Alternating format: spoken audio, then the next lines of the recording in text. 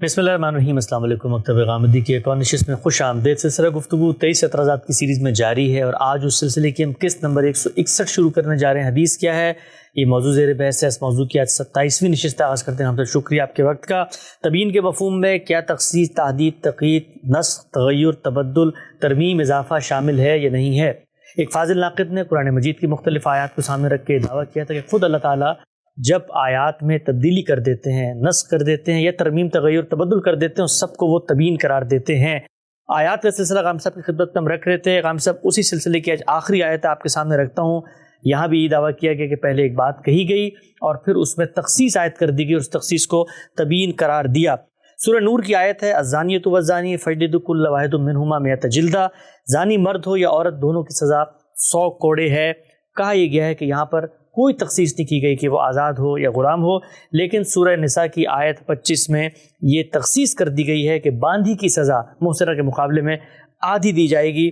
آپ نے بھی غام صاحب اور آپ کے استاد نے بھی جس جگہ پر یہ بیان ہوا ہے کہ آدھی دی جائے گی، اس کی وجوہات بیان کی، لیکن دعویٰ یہ کیا ہے کہ اللہ تعالیٰ نے یہ بیان کرنے کے بعد خود کہا ہے کہ یہ میں نے تبیین کی ہے، اور بظاہر اس لفظ میں کوئی گنجائش نہیں ہے کہ آپ بعد میں یہ چیز شامل کریں، کیونکہ وہاں تو کہا تھا کوئی بھی زانی ہو، کوئی بھی زانیہ ہو، اس کو 100 کوڑے لگنے چاہیے۔ لفظ میں اگر کوئی گنجائش نہیں ہے تو پھر کون جسارت کر سکتا ہے کہ لفظ میں وہ گنجائش پیدا کر دے؟ اس سے پیچھے جو آیات زیر بحث آئی ہیں ان میں بھی میں نے یہ توجہ دلائی تھی کہ آئیے ان آیات کو پڑھتے ہیں، پھر ان کو سمجھتے ہیں۔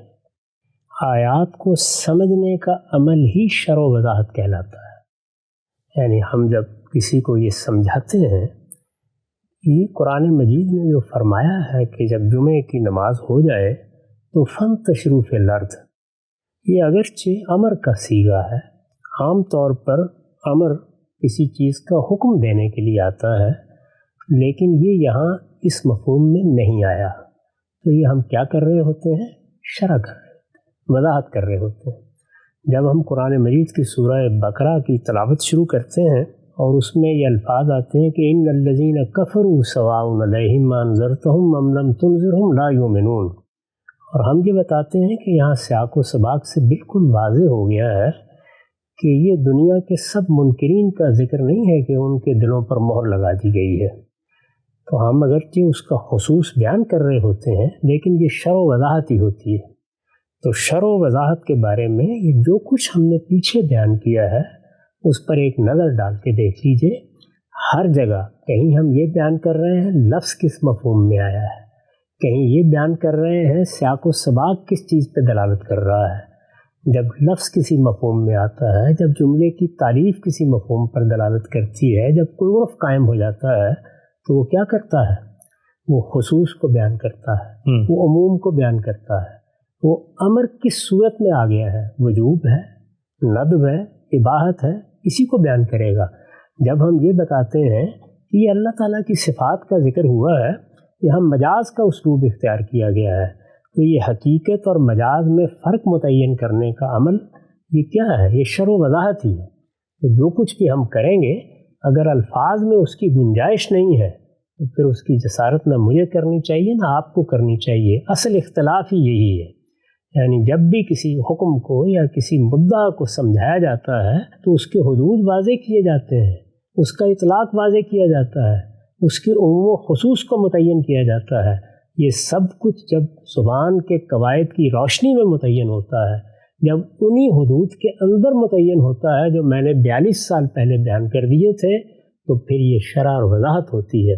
اور جب آپ خارج سے آ کے یہ معاملہ کر ڈالتے ہیں تو پھر یہ ترمیم ہوتی ہے، یہ تغیر ہوتا ہے، پھر اس کو شرح و وضاحت نہیں کہتے۔ اسی پر تو ساری بحث ہے کہ باہر سے آ کر اللہ تعالیٰ کے کلام پر کوئی چیز اثر انداز نہیں ہو سکتی۔ ہم ان آیات کو پڑھتے رہے، آپ نے بھی تلاوت کی ہے، ایک مرتبہ پھر دیکھیے کہ حکم کیا ہے۔ سورہ نور میں ہے، دوسری آیت ہے جی، الفاظ ہے الزانیۃ والزانی فاجلدوا کل واحد منہما 100 جلدہ ولا تاخذکم بہما رافۃ فی دین اللہ ان کنتم تؤمنون باللہ والیوم الآخر ولیشہد عذابہما طائفۃ من المؤمنین۔ ترجمہ ہے زانی عورت ہو یا مرد، سو ان کا جرم ثابت ہو جائے تو دونوں میں سے ہر ایک کو 100 کوڑے مارو، اور اللہ کے اس قانون کو نافذ کرنے میں ان کے ساتھ کسی نرمی کا جذبہ تمہیں دامنگیر نہ ہونے پائے۔ اگر تم اللہ پر اور آخرت کے دن پر فی الواقع ایمان رکھتے ہو، اور ان کو سزا دیتے وقت مسلمانوں کا ایک گروہ بھی وہاں موجود ہونا چاہیے۔ یہ آیت ہے، اس میں جو الفاظ استعمال ہوئے ہیں وہ ہے الزانیۃ والزانی، زانی عورت اور زانی مرد۔ ان الفاظ کو جب قرآن مجید کا ایک مفسر سمجھنا چاہتا ہے تو دو چیزیں بالکل نمایاں طریقے سے سامنے آ جاتی ہیں۔ ایک یہ کہ قرآن نے یہاں صفت کے صیغے اختیار کیے ہیں، یعنی فعل اختیار نہیں کیا۔ اگر کسی شخص نے بدکاری کی یا بدکاری کرتا ہے، یہ اسلوب نہیں اختیار کیا، صفت کے صیغے اختیار کیے ہیں، جس طرح کے السارق والسارقہ میں اختیار کیے ہیں، وہاں پر بھی صفت کے صیغے ہیں۔ جی، یہ معلوم ہے کہ صفت کے صیغے اہتمام پر دلالت کرتے ہیں۔ میں جب کسی کے بارے میں یہ کہتا ہوں کہ فلاں شخص نے چوری کر لی، تو یہ ایک فعل کے ارتکاب کا ذکر ہو رہا ہے۔ جب میں یہ کہتا ہوں کہ فلاں آدمی چور ہے، تو یہ اس سے بہت آگے کی بات ہے۔ یہی معاملہ زانی اور زانیہ کے معاملے میں ہے۔ یہ بات اگر سمجھ لی جائے تو اب اس کا ایک لازمی نتیجہ نکلتا ہے، وہ یہ کہ جو کچھ بھی سزا بیان ہوئی ہے وہ پھر انتہائی سزا ہے، یعنی یہ زانی کی سزا ہے، یہ زانیہ کی سزا ہے۔ اگر کسی شخص سے اس جرم کا ارتکاب ہوا ہے، وہ مقدمات ہی میں تھا، کچھ ابتدائی نوعیت کی چیز تھی، یہ معلوم ہوا کہ دروازہ بند کر کے کوئی مرد و عورت بیٹھے ہوئے تھے۔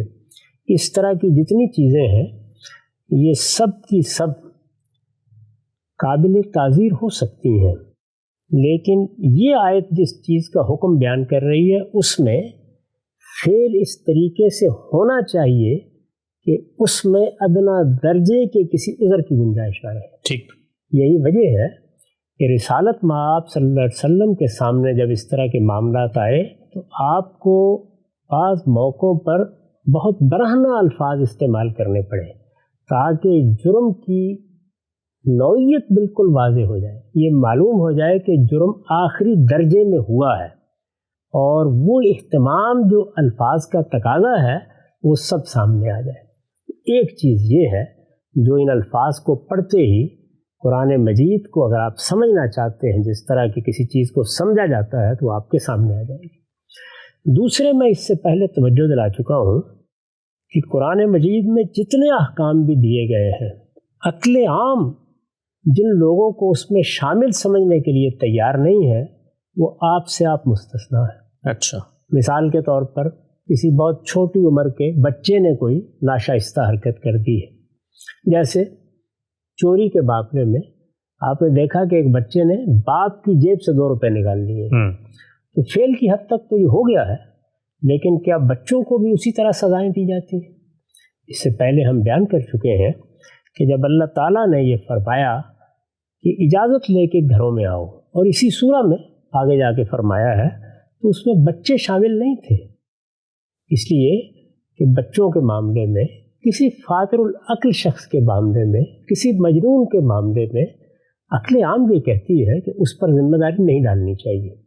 یہ وہی چیز ہے جس کو قرآن مجید نے بطور اصول اپنی شریعت کے بارے میں واضح کر دیا ہے کہ لا یکلف اللہ نفسا الا وسعہا۔ ٹھیک، لوگوں پر اس شریعت کی ذمہ داری اتنی ہوگی جس کی وہ وسعت رکھتے ہیں، جو ان کی استطاعت میں ہے۔ جب انسان کی استطاعت سے معاملہ نکل گیا تو پھر یہ ذمہ داری ان پر عائد نہیں ہوتی، تکلیف مالا یطاق نہیں دی گئی لوگوں کو۔ جب ہم یہ کہتے ہیں تو اس کا یہ مطلب نہیں ہوتا کہ پہلے تو اللہ تعالیٰ نے جب حکم دیا تھا اس وقت تو تکلیف مالا یطاق دینے کا ارادہ تھا، بعد میں کسی نے آ کے بتایا نہیں، یہ حکم جب پیدا ہوا، جب یہ پہلی مرتبہ دیا گیا، جب اس کی ابتدا ہوئی، اسی وقت بچے اس سے مستثنا تھے، اسی وقت فاطر العقل لوگ اس سے مستثنا تھے، اسی طریقے سے اور جتنی بھی صورتیں ہو سکتی ہیں وہ سب کی سب اس میں شامل ہی نہیں تھی، جن کو عقل عام کہتی ہے کہ وہ شامل نہیں ماننی چاہیے۔ ٹھیک، پھر ایک دوسرا پہلو ہے جس کی جانب میں توجہ دلا چکا ہوں، وہ یہ تھی کہ ایک تو یہ تکلیف مالا یطاق ہے، جس کی مثال کے طور پر تو صورتیں خود قرآن میں زیر بحث آ گئی ہیں۔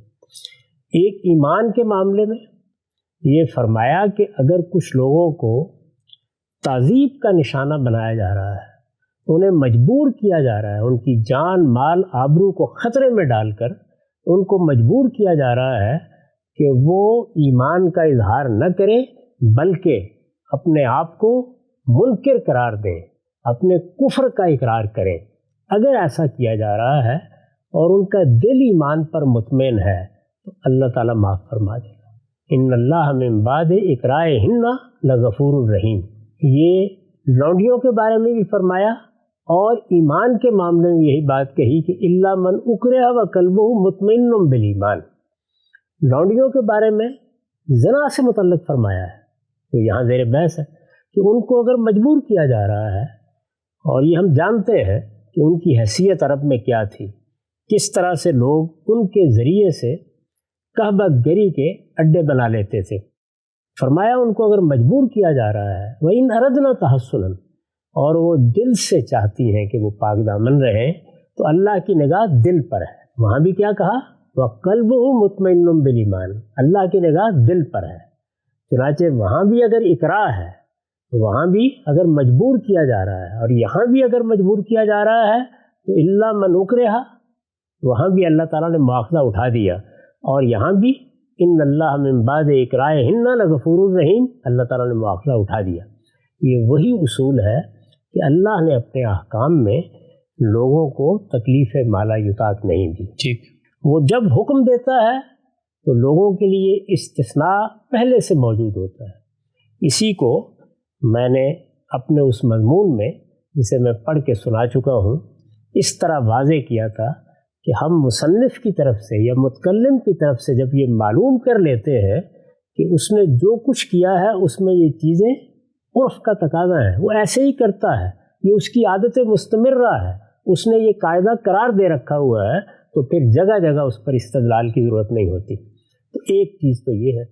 اسی کا دوسرا پہلو بھی میں نے واضح کیا تھا اور یہ بتایا تھا کہ ہمارے دین میں جہاں حرمت واقع ہوتی ہے وہاں تو اکراہ، اضطرار یہ استثناء کا باعث بنتا ہے، لیکن جہاں حرمت نہیں ہے بلکہ اللہ تعالیٰ نے اپنی طرف سے کسی چیز کا پابند کیا ہے، نماز کا فرض کر دی، روزے کا فرض کر دیا، یہاں پر بھی یہی ہے۔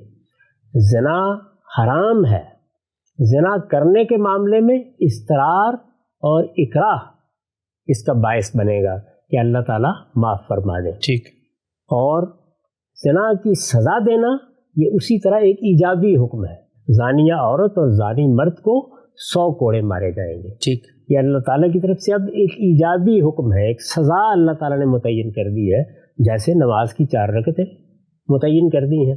اس میں کیا ہوگا؟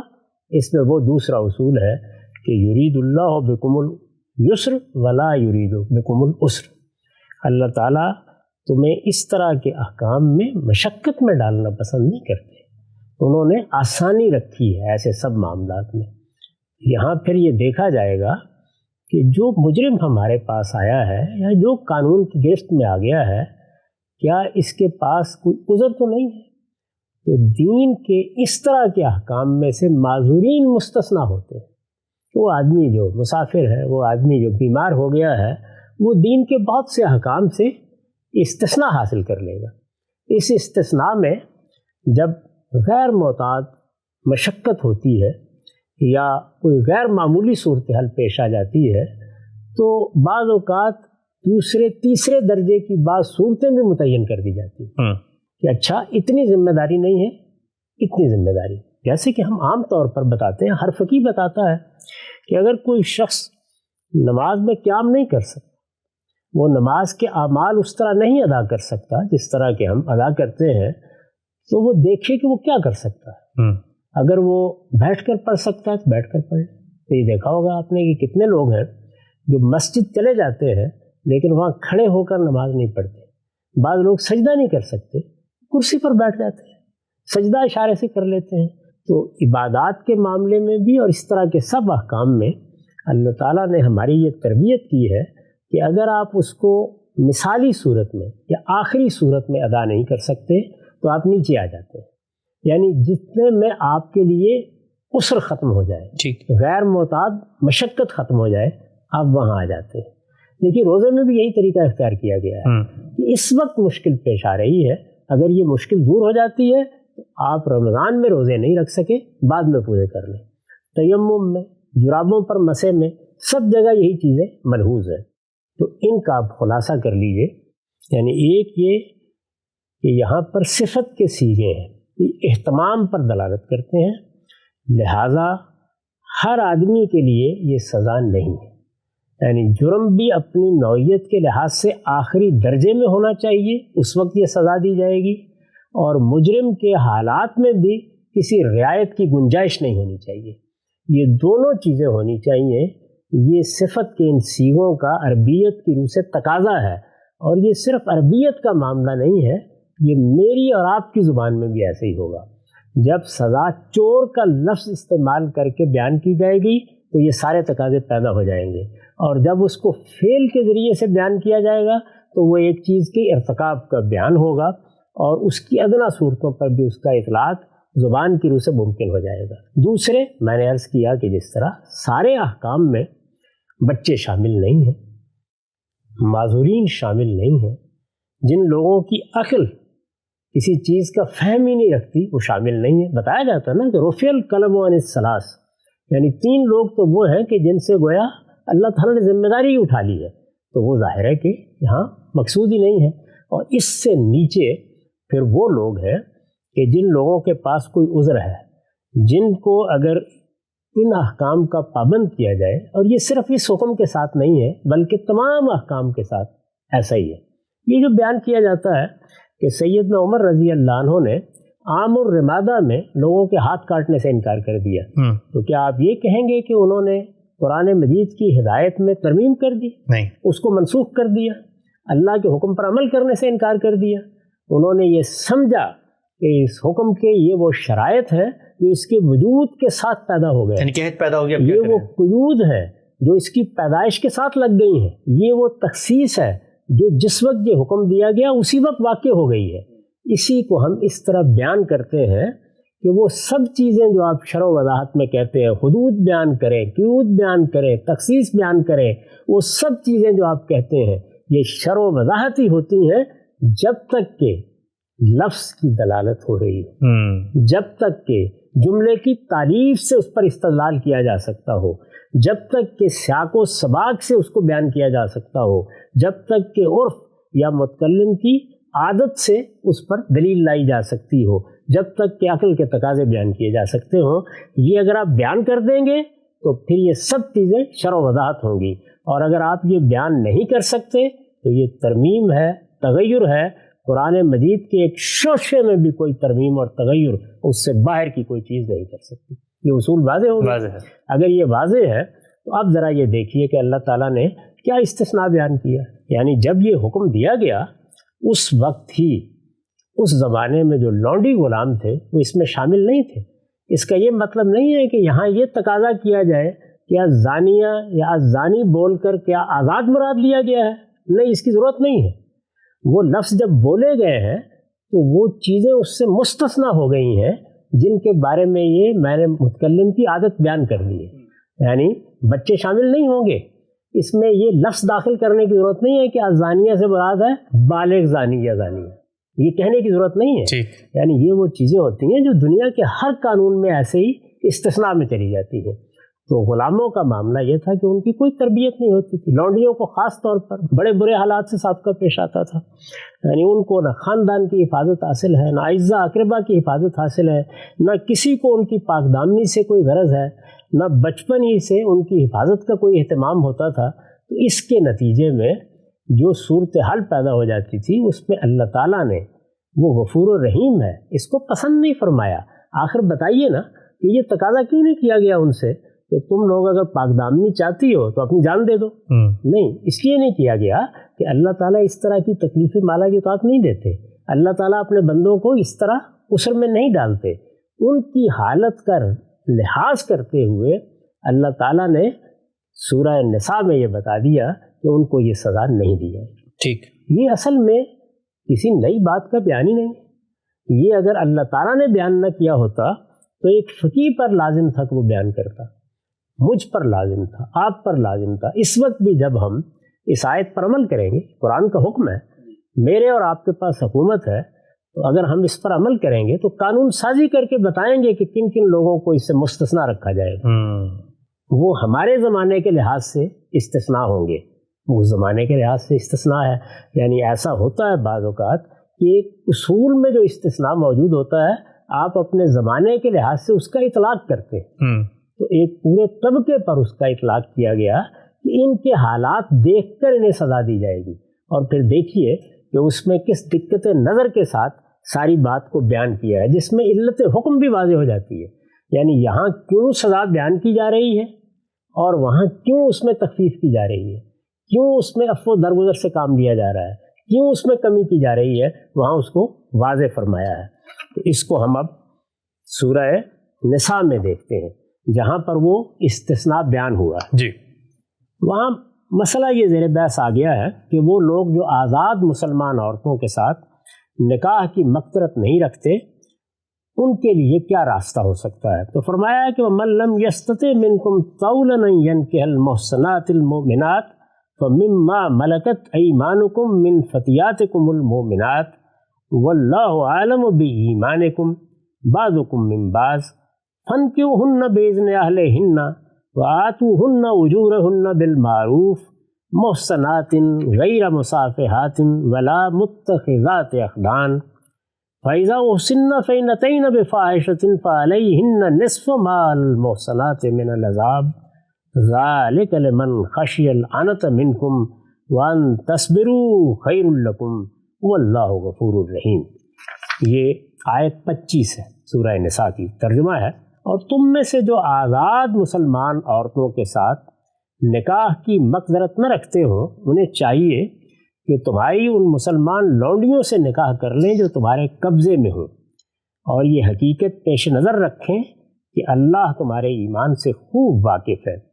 تم سب ایک ہی جنس سے ہو، سو ان کے مالکوں کی اجازت سے ان کے ساتھ نکاح کر لو، اور دستور کے مطابق ان کے مہر بھی ان کو دو، اس شرط کے ساتھ کہ وہ پاک دامن رہی ہوں، بدکاری کرنے والی اور چوری چھپے آشنائی کرنے والی نہ ہوں۔ پھر جب وہ پاک دامن رکھی جائیں، یعنی اگر تو صورتحال یہ ہے کہ ان کو پاک دامن نہیں رکھا گیا، ان کی حفاظت نہیں کی گئی، ان کو صحیح ماحول نہیں فراہم کیا گیا، تو پھر ان کو کوئی سزا بھی نہیں دی جا سکتی۔ پھر جب وہ پاک دامن رکھی جائیں اور اس کے بعد اگر کسی بدچلنی کی مرتکب ہوں تو ان پر اس سزا کی آدھی سزا ہے جو آزاد عورتوں کے لیے مقرر کی گئی ہے۔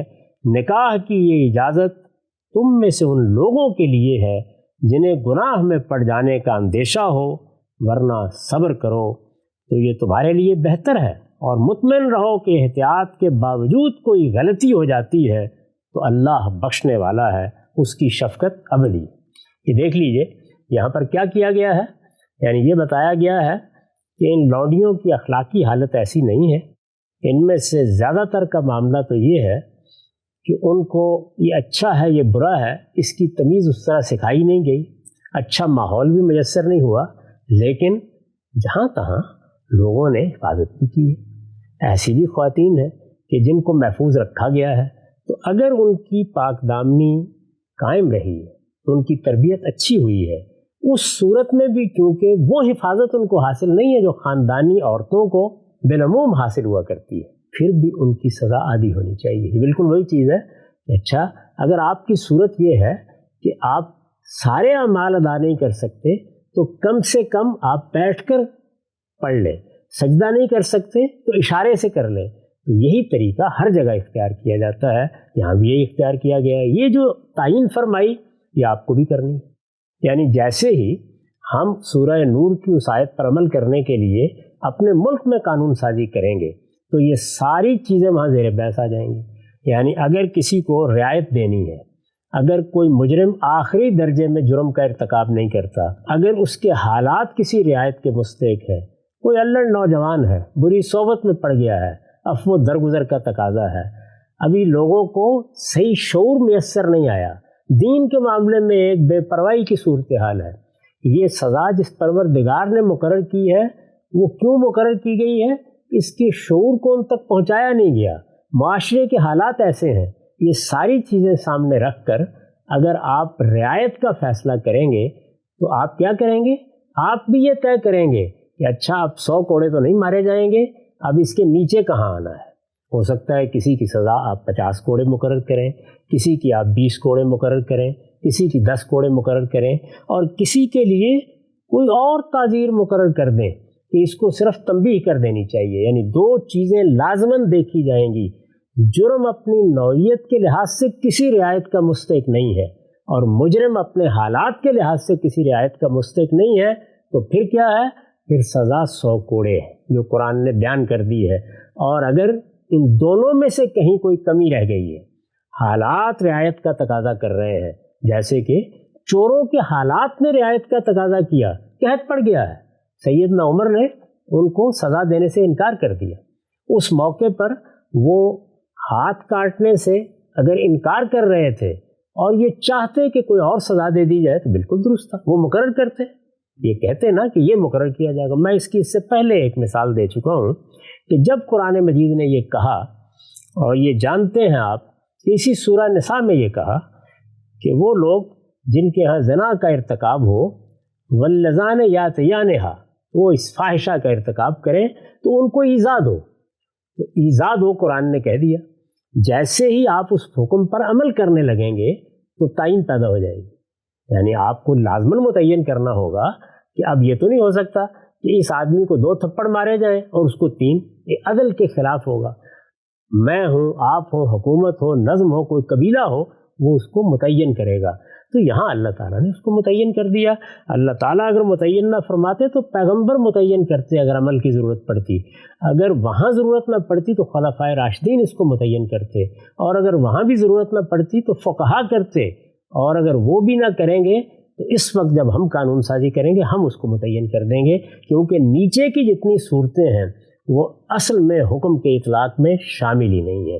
اس طرح سے قرآن مجید کو سمجھتے ہیں، یعنی قرآن مجید کو جب سمجھا جاتا ہے، جب اس کی شرح و وضاحت کی جاتی ہے تو وہ یہی چیزیں ہیں جو سمجھنے کی ہوتی ہیں، اور یہ ہر حکم کے بارے میں ایسے ہی کیا جاتا ہے۔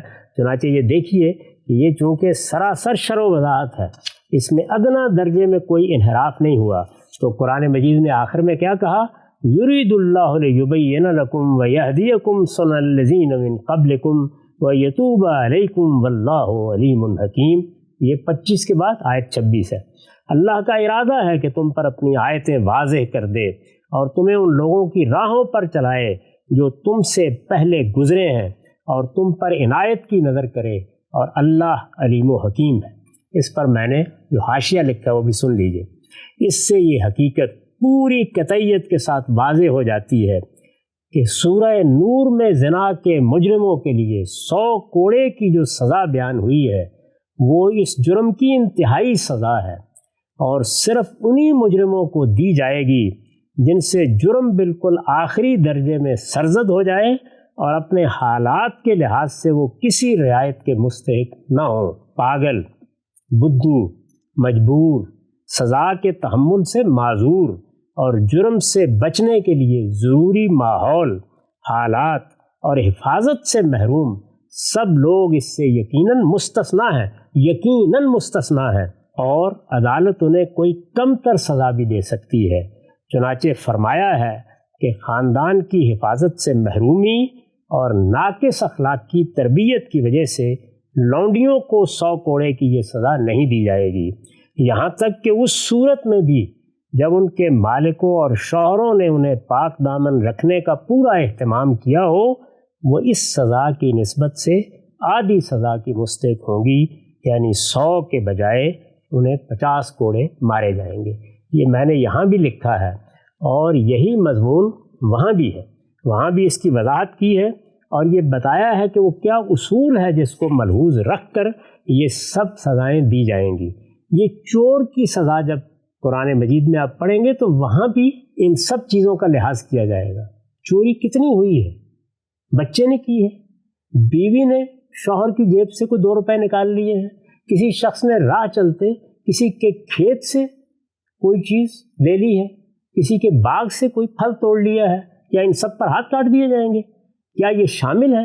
کیا ان کو نکالنے کے لیے یہ مانا جائے گا کہ پہلے تو اللہ تعالیٰ نے یہ سزا بیان کر دی تھی، اس وقت سب شامل تھے، بعد میں اب کوئی دلیل چاہیے؟ نہیں، یہ سب چیزیں ہر متکلم جب گفتگو کرتا ہے تو اس کے ہاں پہلے سے ملحوظ ہوتی ہیں۔ چنانچہ یہ پوری بات جہاں پر میں نے یہ بحث کی ہے وہاں پر بھی سورہ نور میں بیان کر دیا، اور وہاں یہ لکھا ہے کہ یہ اس جرم کی انتہائی سزا ہے۔ اس کی دلیل یہ ہے کہ قرآن مجید نے اس کے بیان میں صفت کے صیغے اختیار کیے ہیں جو وقوع فعل میں اہتمام پر دلالت کرتے ہیں، لہٰذا یہ سزا صرف انہی مجرموں کو دی جائے گی جن سے جرم بالکل آخری صورت میں سرزد ہو جائے اور اپنے حالات کے لحاظ سے وہ کسی رعایت کے مستحق نہ ہو۔ وہاں بھی یہ بیان کیا، یہاں بھی اس کو بیان کر دیا۔ یہ اصول ہے، اور یہ صرف لونڈیوں تک محدود نہیں ہے۔ جب ہم اس قانون کا نفاذ کریں گے تو نہیں کہا جا سکتا کہ کتنے لوگوں کے معاملے میں اسی کو ملحوظ رکھنا پڑے گا، اور یہ جب ہم ملحوظ رکھیں گے تو نہ اللہ کے حکم میں کوئی ترمیم ہوگی، نہ تغیر ہوگا، کوئی چیز نہیں ہوگی۔ یہ اگر خصوص ہے تو یہ حکم کے اندر مضمر خصوص کا بیان ہے، یہ اگر کوئی حد ہے تو یہ اصل میں حکم کے اندر پہلے سے موجود ہے، وہ واضح کی جا رہی ہے۔ یہ اگر کوئی قید ہے تو یہ قید اصل میں اللہ تعالیٰ نے لگا کر حکم دیا ہے۔ یہ کلام کے مضمرات ہیں جو کبھی عقلی استدلال سے کھولے جاتے ہیں، کبھی مصنف کی طرف سے کسی صراحت کی بنا پر کھولے جاتے ہیں، کبھی الفاظ کی دلالت سے کھول کر بتائے جاتے ہیں۔ یہی وہ سب چیزیں جن کو میں نے ان 5 نکات میں بیان کر دیا تھا کہ یہ چیزیں آپ کو بتانی پڑیں گی جب آپ کہیں گے کہ یہ شرع و وضاحت ہے، ورنہ یہ قبول نہیں کی جا سکتا۔ ہم سب بہت ہی خوبصورتی سے آپ نے اس پوری آیت کے بارے میں نقطہ نظر کو واضح کر دیا کہ جس چیز کو تخصیص قرار دیا جا رہا ہے وہ تخصیص ہے ہی نہیں۔ جس وقت حکم وجود پذیر ہوا ہے اس میں پہلے سے چیز مضمر تھی۔ ہم سب ایک چیز میرے ذہن میں آ رہی ہے، یہی آیت ہے جس کے بارے میں آپ کا اور امت کا پورے علماء کا ایک عدم اتفاق پایا جاتا ہے۔ لوگ یہ کہتے ہیں کہ یہاں پر جب یہ کہا گیا ہے کہ زانی مرد ہو یا عورت ان کو 100 کوڑے کی سزا ملے گی، تو وہ یہ کہتے ہیں کہ یہاں پر تو صرف شادی شدہ زانی کی سزا بیان ہوئی ہے، اگرچہ صرف زانی، تو وہاں پر بھی ہم یہی اختلاف کرتے ہیں کہ لفظ، جملے کی تالیف اور سیاق و سباق میں جو تخصیص آپ یہاں شامل کر رہے ہیں، اگرچہ عام تھا اور ایک طرف کہا جا رہا ہے کہ عام حکم تھا اور پوری امت اس پہ تخصیص عائد کرتی ہے، وہ تخصیص عائد ہی نہیں کی جا سکتی۔ یہی اعتراض ہے۔ یہ ساری بحث 42 سال پہلے کی گئی تھی۔